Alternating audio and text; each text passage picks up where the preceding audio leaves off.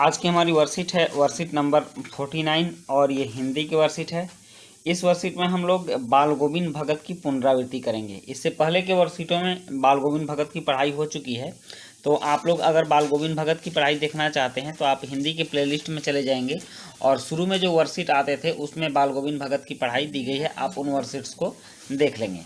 तो चलिए शुरू करते हैं कि इसकी पुनरावृत्ति हमें कैसे करनी है।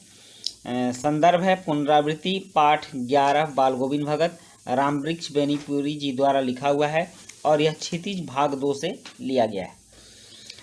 कह निम्नलिखित अंश को ध्यानपूर्वक पढ़कर पूछे गए प्रश्नों के उत्तर लिखिए। यहाँ है क्षितिज भाग 2 गद्य खंड का दूसरा पाठ है बाल गोविंद भगत। मतलब हमारी जो किताब है क्षितिज भाग 2 उसके गद्य खंड का जैसे कहानियाँ लिखी हुई हैं उसका दूसरा पाठ है बाल गोविंद भगत और रामवृक्ष बेनीपुरी जी द्वारा रचित बाल गोविंद भगत नामक यह पाठ एक रेखा चित्र है। इसे शब्द चित्र भी कहा जाता है, अर्थात शब्दों के माध्यम से किसी व्यक्ति, दृश्य या घटना का वर्णन जिससे आपके मस्तिष्क में वो जीवंत या साकार लगे उसे रेखा चित्र या शब्द चित्र कहा जाता है। बाल गोविंद भगत रेखा चित्र के माध्यम से बेनीपुरी जी ने एक विलक्षण व्यक्तित्व का सजीव वर्णन किया है जो मानवीयता, लोक संस्कृति और सामूहिक चेतना का प्रतीक है। वे गृहस्थ हैं, किसान हैं, सन्यासी न होते हुए भी सन्यासी हैं क्योंकि लोभ, लालच और स्वार्थ से रहित सच्चे इंसान हैं। वे सामाजिक रूढ़ियों और कुरीतियों, आडंबर और पाखंड पर प्रहार करते हैं। बेनीपुरी जी ने जो यहाँ चर्चा किया है बाल गोविंद भगत का रेखा चित्र किया है, तो इसमें बाल गोविंद भगत को काफ़ी विलक्षण व्यक्तित्व का बताया है।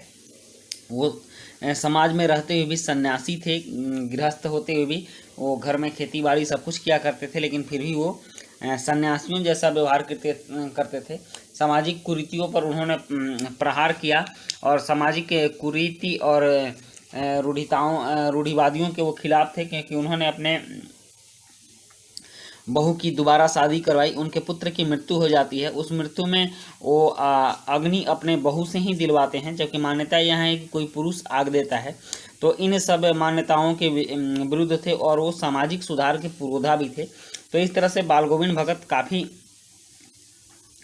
सुधारक उनको कहा जा सकता है और सन्यासी भी कहा जा सकता है और रूढ़िवादियों, आडंबर और पाखंड के विरोध में आवाज़ उठाने वाला भी उनको कहा जा सकता है।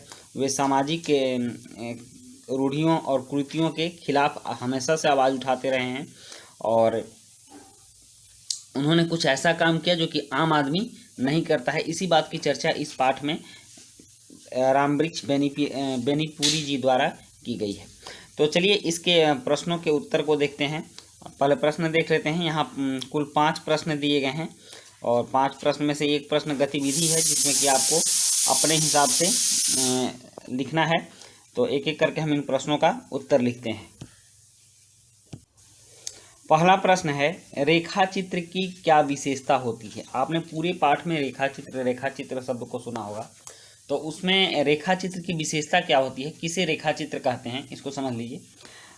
इसका उत्तर है शब्दों के माध्यम से किसी व्यक्ति, दृश्य या घटना का वर्णन जिससे आपके मस्तिष्क में वह जीवंत या साकार लगे उसे रेखा चित्र कहा जाता है। वास्तविकता में उस तरह का हो सकता है कि कोई पात्र न हो, लेकिन शब्दों से ही ऐसा पात्र बना दिया जाए कि वो जीवंत लगने लगे, साकार लगने लगे और ऐसा महसूस हो कि इस तरह का कोई व्यक्ति होगा, तो उसे रेखा चित्र कहा जाता है।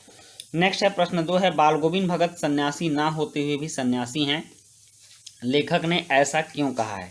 तो इसका उत्तर है बाल गोविंद भगत लोभ, लालच और स्वार्थ से रहित सच्चे इंसान हैं।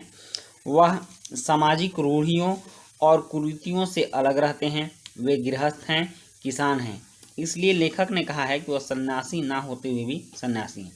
आमतौर पर सन्यासी घरों में नहीं रहते हैं, समाज में नहीं रहते हैं, और समाज से अलग, घर से अलग, परिवार से अलग रहते हैं। हालांकि लोभ, मोह, लालच तो उनके पास नहीं ही होता है।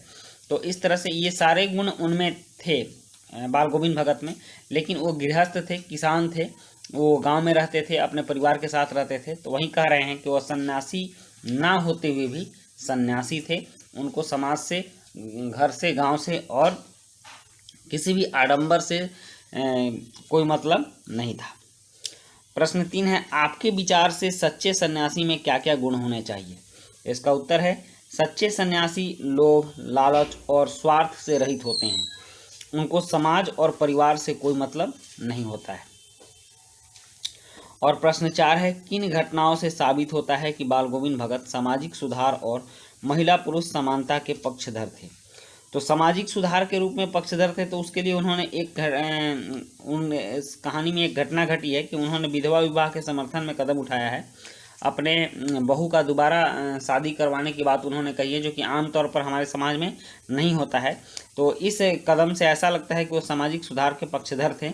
और दूसरा कदम जो कि महिला पुरुष के समानता को दिखाता है कि अपने पुत्र को स्वयं मुखाग्नि न देकर, जब उनके पुत्र की मृत्यु हो जाती है तो मुखाग्नि वो खुद नहीं देते हैं और अपनी पुत्रवधू से मुखाग्नि दिलवाई उन्होंने।